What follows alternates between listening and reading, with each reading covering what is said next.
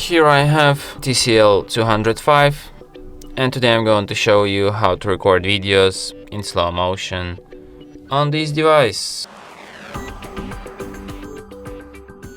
So firstly you have to open camera, then switch to the more modes, select slow motion, and now let's record something in slow motion. For example, I'm gonna just roll this toilet paper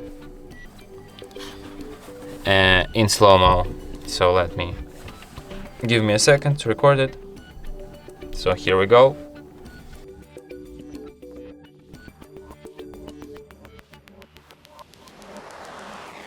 And now I'm going to show you how it looks like on video.